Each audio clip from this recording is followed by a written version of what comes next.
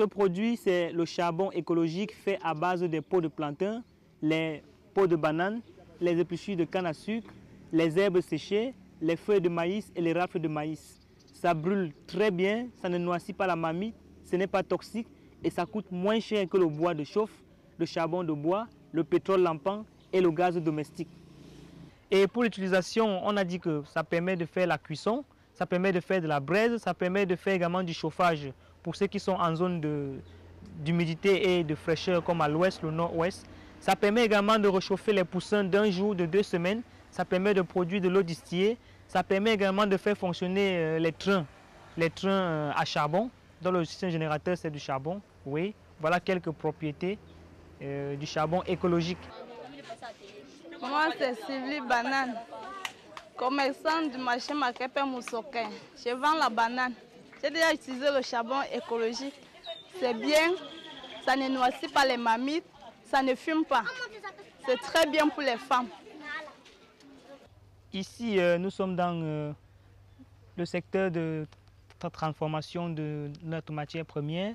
Vous avez là les fours de carbonisation avec système de recyclage des fumées. Dans un premier four, nous avons mis les déchets de rotin et dans l'autre, on a mis les épluchures de plantain. Donc, on procède par une carbonisation incomplète avec système de recyclage des fumées avec la sortie de la cheminée là. Et à la fin, on obtient une poudre noire de charbon. Si on avait brûlé en l'absence de cette cheminée, on aurait obtenu la cendre qui ne nous aurait servi à rien. Mais avec la cheminée, on obtient la poudre noire de charbon qui est prêt à être conditionnée. Comme autre matériel, nous avons également un compacteur qui nous permet d'obtenir les briques de charbon.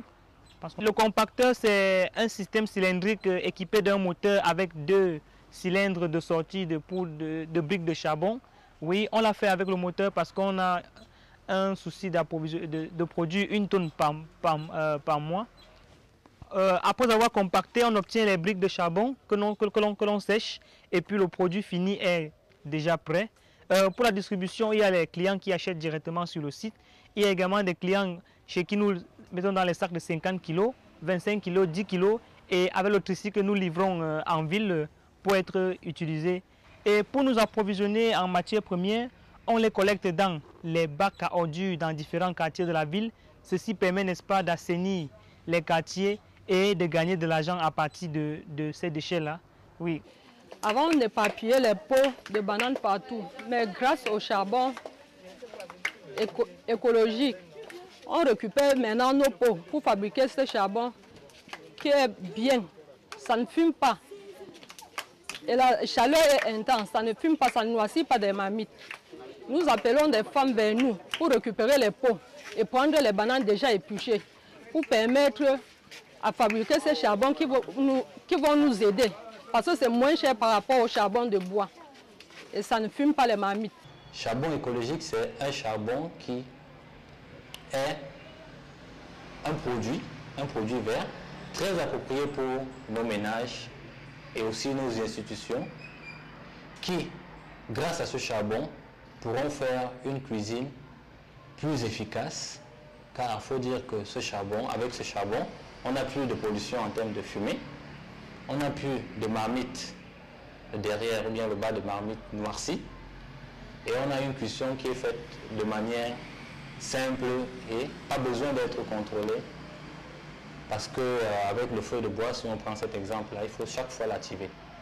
Le projet, dans son élan, dans ses actions d'amélioration des conditions de vie dans ces quartiers-là, et aussi dans son élan de création d'emplois, a permis à des jeunes étudiants de l'université de Douala d'ouvrir une entreprise spécialisée dans la fabrication et la commercialisation de ce qu'on appelle charbon écologique.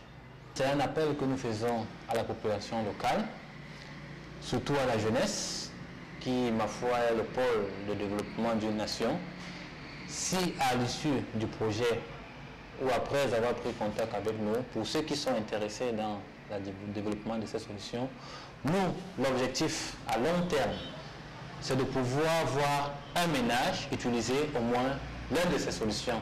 Ça permettrait que notre futur en termes de climat, puisse être commode et que nous puissions laisser aux générations futures un climat agréable qui fait beau vivre, une situation économique stable pour les jeunes et une nation développée d'ici 2035.